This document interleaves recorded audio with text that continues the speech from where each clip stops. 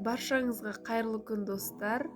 Бүгін біз сіздермен қысқа қияр дайындайтын боламыз.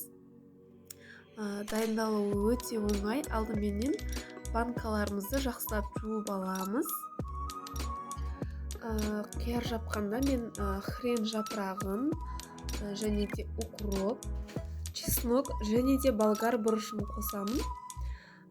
Алдыменен барлығын жақсылап жуып тазалап аламын. Қиярымызды алдын ала суға батырып қоямыз.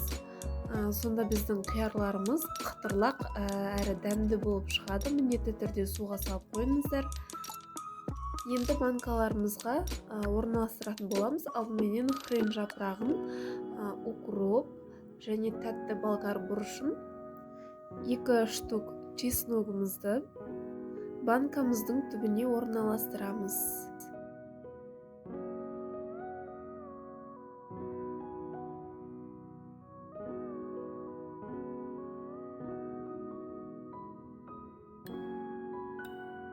Жақсылап орналастырғаннан кейін қиярларымызды банканың ішіне көлеміне қарай сыйдырып салып аламыз.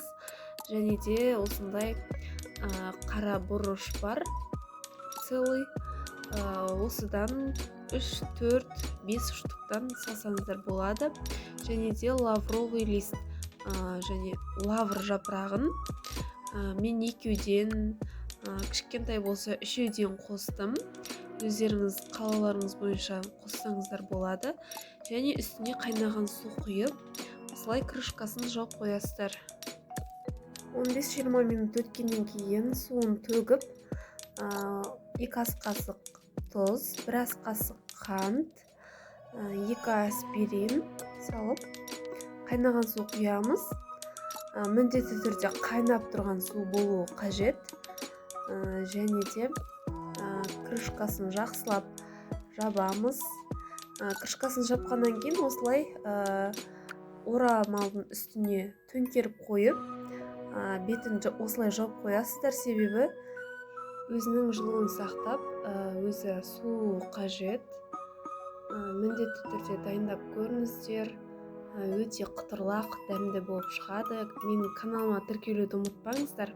Сіздердің қолдауларыңызды күтемін.